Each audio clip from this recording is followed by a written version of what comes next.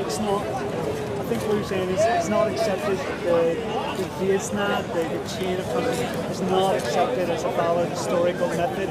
It's not accepted as like by an historian. That's not how history works. No. If you like, in terms of the historian comes along and says, well, what actually happened?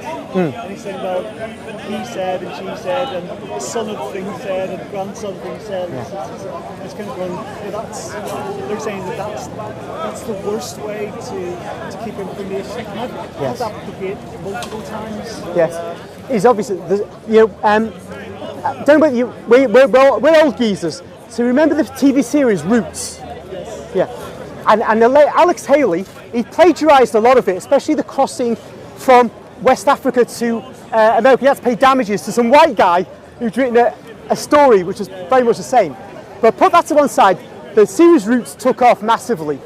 And it's alleged, and you start with Haley, who's, he becomes an adult in the 1940s, and he's allegedly received the accounts of his ancestors in North America and then back to this character Kunta Kinte in West Africa.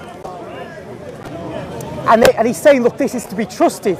It's a real oral tradition handed on from the tribe that Kunta Kinte was from. Because that tribe, like many in West Africa, had an oral tradition where you handed things on authentically from generation to generation for centuries.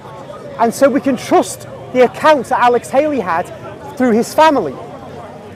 But put aside the fact that he made it up because he plagiarised the account of the passage across the Atlantic of Kunta Kinte himself.